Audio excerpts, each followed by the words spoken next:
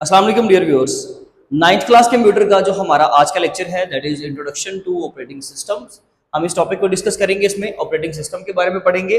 Operating system क्या काम करता है कंप्यूटर के अंदर, इसका एक्चुअली जो है इसके फंक्शंस क्या है, या फिर हम इसके बारे में देखेंगे कि जो हमें डिफरेंट ऑपरेटिंग सिस्टम आज तक हमारे पास जो अवेलेबल हो सके हैं from the past history to the current date. तो उससे सबसे पहले ऑपरेटिंग सिस्टम को समझने से पहले मैं एक चीज चाहूंगा कि आप ये डायग्राम को जरा अंडरस्टैंड करें। सबसे पहले यहाँ पे हमारे पास सॉफ्टवेयर है, क्योंकि एप्लीकेशन मींस कि application it is a type of a software, ये हम लोग पहले पढ़ भी चुके हैं। और ये मेरा हार्डवेयर है।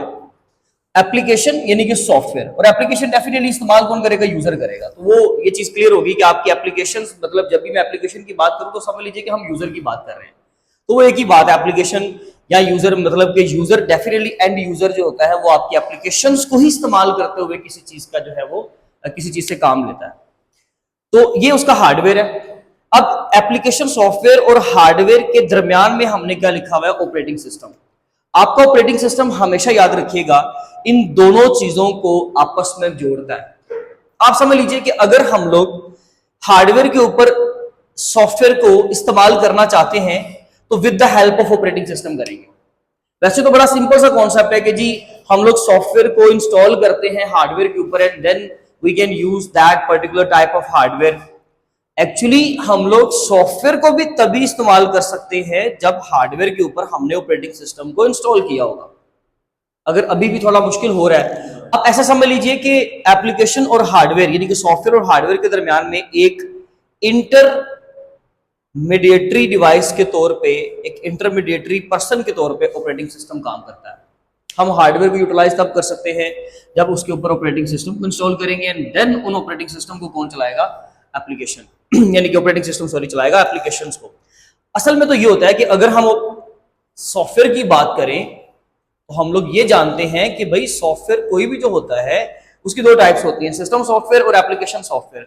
तो यहां पर ये जो आपकी एप्लीकेशन सॉफ्टवेयर है ना, ये चलती है किसकी हेल्प से है? आपके सिस्टम सॉफ्टवेयर यानी कि ऑपरेटिंग सिस्टम की हेल्प से। अब ये बड़ी मजे की बात है कि एक ऐसा सिस्टम सॉफ्टवेयर जो बाकी की एप्लीकेशन सॉफ्टवेयर को प्लेटफॉर्म प्रोवाइड करता है कंप्यूटर के ऊपर चलने के लिए, उसको हम लोग ऑपरेटिंग सिस्टम कहते हैं। उसके बाद ऑपरेटिंग सिस्टम क्या क्या काम करता है जी? It manages the hardware resources. अब इसकी ये टास्क देखिएगा, नंबर 1 पे ये सबसे इंपॉर्टेंट काम है कि आपके ऑपरेटिंग सिस्टम का। ऑपरेटिंग सिस्टम इटसेल्फ क्या है? जैसे आज हम विंडोज इस्तेमाल करते हैं, आप यही समझें कि ऑपरेटिंग सिस्टम अभी तक हमने जो सीखा उसमें यह है कि ऑपरेटिंग सिस्टम एक सिस्टम सॉफ्टवेयर है that manages the hardware resources and number 2 ये क्या करता है? It runs the applications on the system. Computer के ऊपर आपने जितनी भी एप्लीकेशन से मुराद, यहाँ पर कंफ्यूज नहीं होना आप लोगों ने, इसका मतलब यहाँ पर ये है जैसे कि प्रोग्राम्स या सॉफ्टवेयर्स, ठीक है? तो ये सॉफ्टवेयर की ही बात हो रही है। तो आपके जितने भी सॉफ्टवेयर या प्रोग्राम्स या एप्लीकेशंस ने चलना है कंप्यूटर के ऊपर, वो काम किसने करवाना है? ऑपरेटिंग सिस्टम ने करवाना है। कैसे करवाना है वो हमारे पास आगे उसके फंक्शंस में हम लोग थोड़ा सा डिटेल में डिस्कस करते हैं। और इन एप्लीकेशंस को चलाते हुए वो क्या करता है? एक्चुअली करता किस तरह से ये काम? With the help of allocation of memory.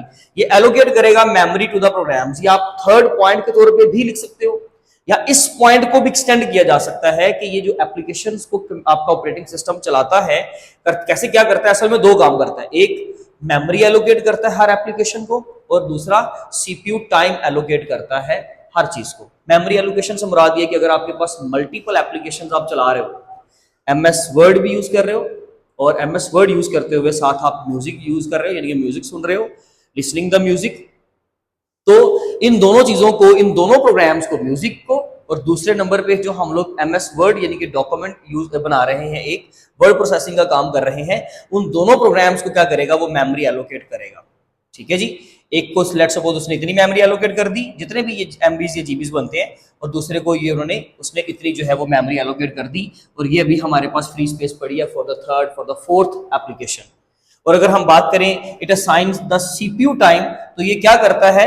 CPU time assign करता है हर एप्लीकेशन को, ताकि तमाम एप्लीकेशन स्मूथली काम करती रहे और उनकी किसी किस्म की इंटरफेरेंस ना हो। अगर उनकी इंटरफेरेंस होगी तो डेफिनेटली वहां पे क्रैश होगा, यानी कि प्रोग्राम जो है वो क्रैश कर जाएगा, मींस में रुक जाएगा। ठीक है जी।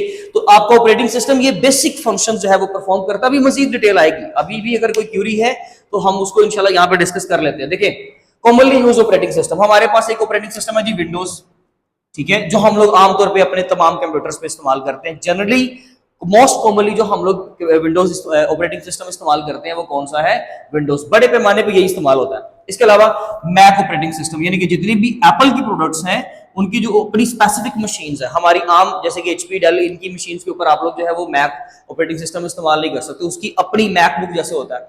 तो मैकबुक वगैरह पे आप लोग क्या करते हो जी, मैक ओएस यानी कि जो मैकिंटोश ऑपरेटिंग सिस्टम होता है वो यूज करते हैं।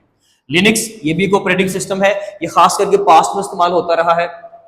एंड्रॉइड एक ऐसा ऑपरेटिंग सिस्टम जो हम अपने मोबाइल फोन्स के ऊपर इस्तेमाल करते हैं, और iOS जो आईफोन्स यानी कि आईपैड्स या जो भी हमारी एप्पल की प्रोडक्ट्स हैं उन गैजेट्स के ऊपर जो हम ऑपरेटिंग सिस्टम इस्तेमाल करते हैं वो ये। इन सबका ब्रीफ इंट्रोडक्शन अगर हम करें तो विंडोज जो है एक ऐसा ऑपरेटिंग सिस्टम है, ये तकरीबन आप समझ लीजिए कि 1985 के राउंड अबाउट जो है वो फर्स्ट विंडो जो है विंडोज जो है वो माइक्रोसॉफ्ट की कंपनी ने, जो बिल गेट्स और एलन पॉल जो है उसका एक दूसरा पार्टनर था जिन्होंने माइक्रोसॉफ्ट की कंपनी बनाई, फिर माइक्रोसॉफ्ट ने ये जो है वो विंडोज को रिलीज किया था फर्स्ट टाइम। इसका सबसे पहला वर्जन आया था 1.0, फिर 2.0, फिर 3.0 and then Windows 1995, Windows 98, Windows 2000, 2001 में इसमें एक्सपी का वर्जन आया। ये सारी जो विंडोज आपने देखी हुई है ये सारी आपकी माइक्रोसॉफ्ट की प्रोडक्ट्स हैं, और ये खास करके पहली जो विंडो बनाई गई थी वो डॉस ऑपरेटिंग सिस्टम एक हुआ करता था, डिस्क ऑपरेटिंग सिस्टम। उस ऑपरेटिंग सिस्टम के ऊपर उस प्लेटफॉर्म के ऊपर इसको एक्चुअली रन किया गया था, और ये सबसे पहले जब आई थी तो ये ग्राफिकल यूजर इंटरफेस के साथ आई थी। अब इंटरफेस का जो पॉइंट है वो हम अभी इंशाल्लाह इसको डिस्कस करते हैं। मैक ऑपरेटिंग सिस्टम, अब इसमें होता क्या है, विंडोज आपका जो ऑपरेटिंग सिस्टम है ये आपको एक विंडो प्रोवाइड करती है जहां पे आप एप्लीकेशंस को चलाते हो। आपके कंप्यूटर पे आपको एक स्टार्ट स्क्रीन नजर आती है, स्टार्ट स्क्रीन इस तरीके से जब आप चलाते हो तो वो डेस्कटॉप पे जो आपको आइकन्स पड़े हुए नजर आते हैं वो जो सारा आपका सामने स्टार्ट स्क्रीन है, या फिर आप लोगों को नीचे टास्क बार शो होती है, जो भी आप एप्लीकेशन ओपन करते हो वो नीचे इस तरीके से यहाँ पे शो हो जाती है। वो टास्क बार इटसेल्फ वो एक फीचर है किसका, आपके विंडोज ऑपरेटिंग सिस्टम का। नंबर 2 पे अगर हम बात करें मैकिंटोश यानी कि मैक ऑपरेटिंग सिस्टम का, तो इसको खास करके एक डॉक दिया जाता है। डॉक मींस कि एक प्लेटफॉर्म होता है, इस तरीके से समझ लीजिए कि हमारे पास एक शेल्फ पड़ी हुई है और उसके ऊपर हम लोगों ने चीजें प्लेस की, यानी कि तमाम एप्लीकेशंस जो भी हम लोगों ने ऑब्जेक्ट्स यूज करने हैं वो उस डॉक के ऊपर ऐसे प्लेस किया होता है, पिक्चर्स पड़ी होती है, इसमें खास करके डॉक होता है। ठीक है जी। या इसके अलावा इसमें हम लोग जो है वो यूज करते हैं एक कंट्रोलिंग मैकेनिज्म यूज करते हैं जिसमें सारे हमारे जितने भी ओपन्ड या यूज्ड जो एप्लीकेशंस होती है सारी वो हमें एक ऑर्गेनाइज्ड व्यू के अंदर नजर आता है। ठीक है जी। तो हम उसको बोलते हैं बेसिकली एक कंट्रोलिंग मैकेनिज्म होता है जो हम जो इसके अंदर इस्तेमाल करते हैं। मींस के आप समझ लीजिए कि विंडोज का जो इंटरफेस है, जो स्क्रीन विंडोज वो सामने विंडोज की वजह से नजर आती है, उसमें उसके अपने ऑब्जेक्ट्स हैं, अपने फीचर्स हैं, और मैकिंटोश ऑपरेटिंग सिस्टम यानी कि मैक ऑपरेटिंग सिस्टम के अंदर वो उसके अपने हैं। लिनक्स की बात करें तो लिनक्स एक ऐसा ऑपरेटिंग सिस्टम है जो ओपन सोर्स है। ओपन सोर्स मींस के आप इसको फ्रीली यूज कर सकते हो। ठीक है। जब ऑपरेटिंग सिस्टम ये पहली दफा लिनक्स ऑपरेटिंग सिस्टम आया था तो ये कमांड लाइन इंटरफेस के साथ आया था। मींस कि अगर आपको कोई भी graphical object, colour scheming, icons, छोटी पिक्चर्स जो आप देखते हो स्क्रीन के ऊपर, ये कोई भी चीज नजर नहीं आती थी लिनक्स में। हाँ, इसके बाद वाले लेटर वेरिएंट्स के अंदर इसको ग्राफिकल यूजर इंटरफेस दे दिया गया और बाद में हम लोग प्रॉपरली माउस के साथ इसको इस्तेमाल करना शुरू किया। अदरवाइज ये एक ऐसा जनरल ऑपरेटिंग सिस्टम था जो कि बहुत सारे कामों को करने के लिए, इवन सर्वर्स के ऊपर, आम डेस्कटॉप कंप्यूटर्स के ऊपर भी लोगों ने इसको इस्तेमाल किया और आज भी ये इस्तेमाल होता है। फिगर 5.3 आपकी जो बुक पे बनी हुई है, आप वहां पे जाकर देख भी सकते हो कि उसका जो बेसिक इंटरफेस था स्क्रीन के ऊपर वो किस तरह से था। तो लिनक्स ऑपरेटिंग सिस्टम जो था वो स्टार्टिंग पे ओपन सोर्स था और इसको कमांड लाइन इंटरफेस के साथ जो है वो बनाया गया था। मींस कि आपने कोई भी जो फंक्शन परफॉर्म करना है, कोई भी टास्क जो परफॉर्म करना है, वो आपको टाइप करना पड़ेगा। यानी कि इस ऑपरेटिंग सिस्टम को जब आप इस्तेमाल करते थे इंस्टॉल करके, तो जो भी आपकी फंक्शनलिटी, आपने जो भी काम करना है भाई आपको वो टाइप करना पड़ेगा। मींस के कमांड्स देनी पड़ेगी। एंड्रॉइड और iOS तकरीबन ये 2007 और 2008 की प्रोडक्ट्स हैं। HTC पे फर्स्ट टाइम जो है वो एंड्रॉइड को रिलीज किया गया था। तो एंड्रॉइड एक ऐसा ऑपरेटिंग सिस्टम है जो हम अपने आम मोबाइल फोन्स के ऊपर इस्तेमाल करते हैं। बहुत सारे मैन्युफैक्चरर इस्तेमाल करते हैं। ओप्पो यूज करता है, वीवो यूज करता है, सैमसंग यूज करता है, नोकिया वाले यूज करते हैं। ये सारे एंड्रॉइड ऑपरेटिंग सिस्टम इस्तेमाल करते हैं, इसीलिए हम इन मोबाइल फोन्स को एंड्रॉइड कहते हैं। जैसे कि हमारे अगर एप्पल की कोई प्रोडक्ट है, जैसे आईफोन है, तो आईफोन को हम एंड्रॉइड नहीं कहते। क्यों? क्योंकि उसके ऊपर जो ऑपरेटिंग सिस्टम इंस्टॉल है वो कौन सा है? iOS है। ठीक है जी। तो iOS ऑपरेटिंग सिस्टम खास करके एप्पल प्रोडक्ट है, यानी कि वो जो एप्पल की जो आप समझ लीजिए जो कंपनी है एप्पल प्रोडक्ट जो है वहां उनकी जो ये वाली जो है समझ लीजिए उनकी प्रोडक्ट है, जबकि एंड्रॉयड एक ऐसा ऑपरेटिंग सिस्टम है जो कि तमाम मैन्युफैक्चरर मोस्टली जो मैन्युफैक्चरर है वो यूज करते हैं अपने मोबाइल फोन्स के ऊपर एज एन ऑपरेटिंग सिस्टम। तो iOS भी एक ऑपरेटिंग सिस्टम ही है, एक सिस्टम सॉफ्टवेयर है जो हम मोबाइल फोन डिवाइसेस के ऊपर, खास करके आप आईफोन की एग्जांपल दोगे उनके ऊपर हम इंस्टॉल करके तो इस्तेमाल करते हैं। Functions of the operating system, तीन बड़ी डेफिनेशंस हैं, तीन बड़ी सेगमेंट्स हैं यहाँ पर। Managing the hardware sources, providing the user interface, यहाँ पर सोर्सेस का वर्ड लिख लीजिएगा, ये बहुत इंपॉर्टेंट पॉइंट है। Managing the hardware sources, providing user interface and running the application. चंद एक पॉइंट मैंने स्किप किए, वो इसीलिए कि हम उनको यहाँ पे विद एग्जांपल डिस्कस करेंगे, फिर आपको मजीद समझ भी आ जाएगी। यानी कि ये आपकी वीडियो का मोस्ट इंपॉर्टेंट पार्ट है जो आप लोगों ने ध्यान से सुनना है। मैनेजिंग द हार्डवेयर सोर्सेस से क्या मुराद है? देखिए जी, अगर हम लोग कंप्यूटर के अंदर अगर मैं मल्टीपल एप्लीकेशंस रन कर रहा हूं, जैसे कि मैं अभी बोला कि MS वर्ड यूज कर रहा हूं, मैं क्रोम यूज कर रहा हूं, ठीक है जी, ये दो मैंने एप्लीकेशंस कंप्यूटर पे ऑन की है। अब इन दोनों एप्लीकेशंस को प्रॉपरली मेमोरी एलोकेट करना, ठीक है, यही इसका मतलब बनता है हार्डवेयर सोर्स। यानी कि हार्डवेयर तो एक्चुअली योर मेमोरी है ना, आपकी मेमोरी है, या CPU प्रोसेसर आपका हार्डवेयर है। Definitely these are not the hardware actually, यानी कि ये तो भाई आपके वो सॉफ्टवेयर हैं, एप्लीकेशंस आपकी। तो उसका मतलब है कि हार्डवेयर एलोकेट करना, हार्डवेयर की जगह देना, उस मेमोरी की जगह देना, इन दोनों को वो है जी हार्डवेयर सोर्स। और ये कौन काम करता है? आपका ऑपरेटिंग सिस्टम। आप जो भी यूज कर रहे हो, मोबाइल फोन डिवाइस यूज कर रहे हो, आप एप्पल की प्रोडक्ट यूज कर रहे हो, आप लोग अपना घर में पड़ा हुआ लैपटॉप या डेस्कटॉप यूज कर रहे हो, सर्वर कंप्यूटर यूज कर रहे हो, क्लाइंट कंप्यूटर इस्तेमाल कर रहे हो, आपका कोई भी कंप्यूटर है, सिंपल हमारे घरों में पड़े हुए कंप्यूटर, तो वो एक्चुअली जब हम मल्टीपल एप्लीकेशन चलाते हैं ना, जैसे वर्ड एक अलग एप्लीकेशन है MS वर्ड, इसके ऊपर हम टाइपिंग करते हैं। क्रोम ये आपका ब्राउजर है, वेब ब्राउजर है, फायरफॉक्स, मोजिला, कोई भी आप वेब ब्राउजर की एग्जांपल ले लें, या आप कोई म्यूजिक प्लेयर यूज करते हो, आप VLC यूज करते हो, आप विंडोज मीडिया प्लेयर यूज करते हो, ये आपके ऑडियो के जो है वो प्लेयर्स है, इनको चलाने के लिए तो आपका ऑपरेटिंग सिस्टम उनको प्रॉपर मेमोरी एलोकेट करेगा। नंबर 1 एक पॉइंट, ये दो काम करता है ना, हमेशा याद रखिएगा, ये एक तो मेमोरी एलोकेट करेगा, नंबर 2 पे CPU टाइम, यानी कि इसको CPU ने कितना टाइम देना है और इसको CPU ने कितना टाइम देना है। ये चीज समझनी बड़ी क्रिटिकल है, बड़ा मुश्किल सा काम है। देखें, हम लोग अगर 5 एप्लीकेशंस कंप्यूटर पे एक वक्त में चलाकर बैठे हैं, MS वर्ड उसमें ले लीजिए, उसमें क्रोम ले लीजिए, और 3 एप्लीकेशन आप अपने पास है, आप कोई लेट्स सपोज साथ में म्यूजिक सुन रहे हो, आप कोई साथ में गेम खेल रहे हो, और आप कैलकुलेटर यूज कर रहे हो, लेट्स सपोज दैट 5 पूरी हो गई। अब आप पांचों को बार बार स्विच करके इस्तेमाल कर रहे हो, ठीक है जी, तो आपका CPU उसी वक्त में पांचों को टाइम दे सकता है, उसी को बेसिकली हम CPU टाइम बोलते हैं, वही CPU टाइम होता है। और CPU टाइम याद रखिएगा, ये 5 से लेके 20 मिली सेकेंड फॉर ईच के लिए निकालता है, यानी कि हर एप्लीकेशन के लिए वो इतना टाइम आसानी निकाल सकता है। और ये इतनी जल्दी प्रोसेस हो रहा होता है क्योंकि देखिए, एक सेकंड में अगर हम बात करें तो 1000 मिली सेकेंड होते हैं हमारे पास, तो आप देखिए 5 to 20 मिली सेकेंड की क्या औकात है, क्या वर्थ है उसकी। इतना कम टाइम बनता है कि आप आम इंसानी आंख से तो उसको स्लाइस भी नहीं कर सकते, आप उसको समझ ही नहीं सकते, आप उसको सेगमेंट्स नहीं कर सकते इन शॉर्ट। तो उसका मतलब ये हुआ कि वो तमाम एप्लीकेशन को 5 मिली सेकेंड, 10 मिली सेकेंड, 20 मिली सेकेंड, 50 मिली सेकेंड भी देगा ना बारी बारी, तो आपको जो वो इतने कम लम्हे के लिए वेट करना पड़ता है, वो हमारी आम इंसानी जिंदगी के लिए वेट कंसिडर ही नहीं होता, हम उसको वेट समझते ही नहीं। तो कंप्यूटर इतनी स्पीड के साथ तमाम एप्लीकेशंस को लेकर चल रहा होता है, समझ रहे हैं। तो वो CPU टाइम एलोकेट करवाना, यानी कि इसको 5 सेकंड देने हैं जी, लेट्स सपोज दैट इसको 10 सेकंड देने हैं, मैंने आपको सेकंड्स बहुत बड़ा यूनिट यूज कर लिया है, इतना होता नहीं है वैसे, ठीक है, इतने सेकंड, यानी कि CPU ने उसके साथ टाइम स्पेंड किया, उस एप्लीकेशन को चलाने के लिए, उस काम को करने के लिए इतने सेकंड स्पेंड किए, इतने सेकंड स्पेंड किए। ये काम भी कौन करवाता है? आपका ऑपरेटिंग सिस्टम। तो ये एक्चुअली इसको बोलेंगे मैनेजिंग द हार्डवेयर सोर्सेज, यानी कि तमाम एप्लीकेशन जो चल रही हैं विदाउट एनी इंटरफेरेंस, किसी भी इंटरफेरेंस के बगैर उसको हार्डवेयर की एलोकेशन होगी, प्रॉपर्ली वो काम करते रहेंगे। नंबर 2 पे प्रोवाइडिंग द यूजर इंटरफेस। हमारे पास दो तरह के इंटरफेस होते हैं, एक CLI कमांड लाइन इंटरफेस, एक GUI ग्राफिकल यूजर इंटरफेस। मैंने बोल दिया, आप इसकी एप्लीकेशन बुक पे भी देख लीजिएगा और लिख भी लीजिएगा। इनके दरमियान डिफरेंस बड़ा इंपॉर्टेंट अक्सर आ जाता होता है, पुरानी पहली बुक्स में भी ये क्योंकि क्वेश्चन आते रहे हैं तो हमें इस चीज का अंदाजा है।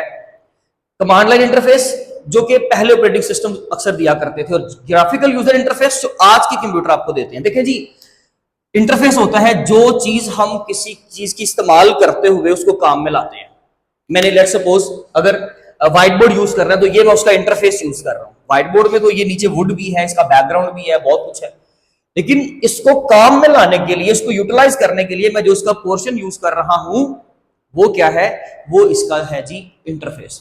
दो तरह के इंटरफेस होते हैं, कमांड लाइन और ग्राफिकल यूजर इंटरफेस कंप्यूटर के अंदर। कमांड लाइन इंटरफेस में कमांड के वर्ड से समझ आता है कि इसमें जो भी लोग काम किया करते थे ना, वो कमांड देके किया करते थे। एक ब्लैक स्क्रीन हुआ करती थी, ऊपर व्हाइट फॉन्ट्स होते थे जो हम लिखते थे, व्हाइट कलर में टाइपिंग किया करते थे लोग, यानी कि फॉन्ट्स थी। तो उस कीवर्ड में, उसमें फ्लेक्सिबिलिटी तो बहुत ज्यादा है, वो बहुत ज्यादा हद तक आपको जो है वो ग्रिप देता है, आपको बहुत हद तक एक्सेस देता है, कंट्रोल देता है आपके सिस्टम का। लेकिन वो एक अच्छा मेथड नहीं था, उसमें कमांड्स को मेमोराइज करना, कमांड्स के जरिए, देखिए आपने फोल्डर कॉपी करना है, कमांड के जरिए से करना है, कैलकुलेटर ओपन करना है, कमांड के जरिए से करना है, आपने एक चीज को मूव करके दूसरी जगह पर प्लेस करवाना है, कमांड के जरिए से करना है। तो कमांड्स मेमोराइज करनी पड़ती थी, भूल भी जाती थी, उसमें फिर डिबगिंग यानी कि एरर्स को ढूंढना बड़ा मुश्किल होता था। ठीक है, ये जो आज हमें स्क्रीन के ऊपर इस तरह से आइकन्स नजर आते हैं, पिक्चर्स पड़ी हुई हैं, हम उनको डबल क्लिक करते हैं माउस के, माउस का तो इस्तेमाल ही नहीं हुआ करता था CLI के दौर में, सिर्फ लोग कीबोर्ड इस्तेमाल किया करते थे खास करके। और अगर हम GUI की बात करें तो ग्राफिकल यूजर इंटरफेस क्या है कि जिसमें हमें ये स्क्रीन के ऊपर सारे डॉट्स या pictures, colour scheming, wallpapers, emojis, icons, folders, files, ये सारी चीजें नजर आती हैं। वो ऑर्गेनाइज्ड वे के अंदर आपकी ड्राइव के अंदर फोल्डर पड़े हैं, फोल्डर्स के अंदर सब फोल्डर या डायरेक्टरीज पड़ी हैं, ये सारी चीजें with the help of graphical user interface possible हुआ। तो ग्राफिकल यूजर इंटरफेस ने हमें ग्राफिक्स दिए, हमें कलर्स दिए, हमें पिक्चर्स दी, और हम उनको क्लिक करके, राइट क्लिक करके प्रॉपर्टीज में जा सकते हैं, लेफ्ट क्लिक करके हम डबल लेफ्ट क्लिक से चीजों को ओपन कर सकते हैं, सिलेक्ट कर सकते हैं। ये सारी फंक्शनैलिटी आपके ग्राफिकल यूजर इंटरफेस ने दी। और हमने यहाँ पे देखें, लिनक्स ऑपरेटिंग सिस्टम जो था वो स्टार्टिंग पे CLI था, लेकिन बाद में इसके लेटर जो वर्जन्स आए वो ग्राफिकल यूजर इंटरफेस भी प्रोवाइड करता रहा, जबकि purely Windows, Mac OS, Android and iOS ये सारे आपके ग्राफिकल यूजर इंटरफेस के ऊपर बने।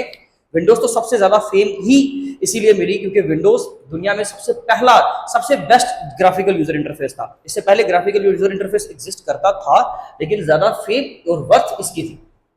उसके बाद एक्चुअली अब अगर हम देखें कि इंटरफेस के बाद आपका जो लास्ट पॉइंट है वो है जी रनिंग द एप्लीकेशंस। अब आपके पास यही एग्जांपल दोबारा ले लें कि आपके पास मल्टीपल एप्लीकेशंस हैं and they are running on the computer, तो CPU टाइम उनको एलोकेट किया जाता है, उनको मेमोरी एलोकेट की जाती है। ये सारी चीजें पॉसिबल हैं किस तरह से, क्योंकि वो एप्लीकेशंस को प्रॉपरली हर चीज के जो है वो रिसोर्सेस मिल रहे हैं, उनको प्रॉपरली हर चीज का प्लेटफॉर्म मिल रहा है और कभी भी वो क्रैश नहीं करेंगी, उनको प्रॉपरली आप प्लेटफॉर्म प्रोवाइड कर रहे हो। क्योंकि डायग्राम देखें, अब देखें, ये आपका सॉफ्टवेयर है, ये आपका हार्डवेयर है, इन दोनों को एप्लीकेशन हमेशा यूजर एप्लीकेशन को यूज करता है, application operating system, and operating system जो है वो हार्डवेयर की एक्सेस देता है, यानी कि हार्डवेयर यूटिलाइज करवाता है। इसी तरीके से अगर हार्डवेयर ने कोई भी एप्लीकेशन इंस्टॉल करवानी है, उसको यूज करवाना है, तो with the help of operating system, and then operating system से आप एप्लीकेशन जो है वो एक्सेस कर पाते हो। अगर आपके पास ऑपरेटिंग सिस्टम इंस्टॉल्ड नहीं है, आप कभी भी कोई एप्लीकेशन सॉफ्टवेयर को यूटिलाइज नहीं कर पाओगे और उसको यूजर कभी भी एक्सेस में नहीं ले सकता। अगर मेरे पास मेरे सिस्टम में ऑपरेटिंग सिस्टम इंस्टॉल्ड नहीं है, वो कभी भी किसी काम का नहीं है, समझ लीजिए वो यूजलेस है जब तक उस पर सिस्टम सॉफ्टवेयर इंस्टॉल्ड नहीं है। कौन सा? Operating system. और आसान लफ्जों में ऑपरेटिंग सिस्टम जो है वो आपके रिसोर्सेज को मैनेज करता है, मेमोरी एलोकेट करता है, ऑपरेशंस को जो है, ऑपरेशन पॉसिबल ही इसीलिए होते हैं। आपकी जितनी भी एप्लीकेशंस हैं वो सारी एप्लीकेशंस का चलना, हार्डवेयर रिसोर्सेज का मैनेज होना, ये सारा कुछ पॉसिबल है with the help of your operating system. Hope so ये टॉपिक आपका क्लियर हो गया होगा। फिर भी कोई क्वेश्चन, कोई क्यूरी हो, आप एनी टाइम पूछें। चंद एक चीज़ें अगर कोई स्किप रह जाती है तो डेफिनेटली वो, एक तो टाइम का हमने बहुत ज़्यादा ख्याल करना होता है, कम टाइम में किसी भी तरीके से ये लेक्चर्स को हम लोगों ने कवर करना होता है, तो अगर एक आध एग्जांपल अगर आपकी रह जाए तो आप वहां से पढ़ सकते हैं। एक्चुअली ये एग्जांपल दोनों मिलती जुलती हैं, अगर आप देखोगे ना तो इनमें एग्जांपल आपको सेम ही नजर आएगी। ये थोड़ा सा डिफरेंट पॉइंट है, ये तकरीबन ऑलमोस्ट सेम चीजें हैं, तो आप एक ही एग्जाम्पल को जो है वो दोनों तरीकों से इस्तेमाल कर सकते हो। इंशाल्लाह मिलेंगे अब अपनी नेक्स्ट वीडियो में, तब तक अपना बहुत ज्यादा ख्याल रखें। Thank you so much, Allah Hafiz.